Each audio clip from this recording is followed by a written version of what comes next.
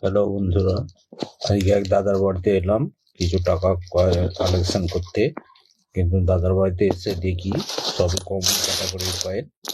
তবু এর মধ্যে থেকে কিছু আমার পছন্দ হয়েছে, তবু নিলাম।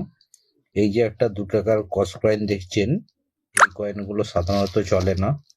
যদি আপনার কাছে এরকম মানে 10 টাকার কয়েন, ক্রস কয়েন 2005 সাল থাকে, তাহলে আপনি পেতে পারেন 100 থেকে 200 টাকা। আর যদি 2007 সালে 5 টাকার কয়েন কস কয়েন থাকে, তাহলে পেতে পারেন 500 থেকে 1500 টাকা। আর যদি আপনার কাছে 2004 সালে 1 টাকার কস কয়েন থাকে, তাহলে আপনি পেতে পারেন প্রতি পিস 100 টাকা করে। কিন্তু 2 টাকার এই কস কয়েনগুলো এখন বাজার চলতি, এগুলো চলে না।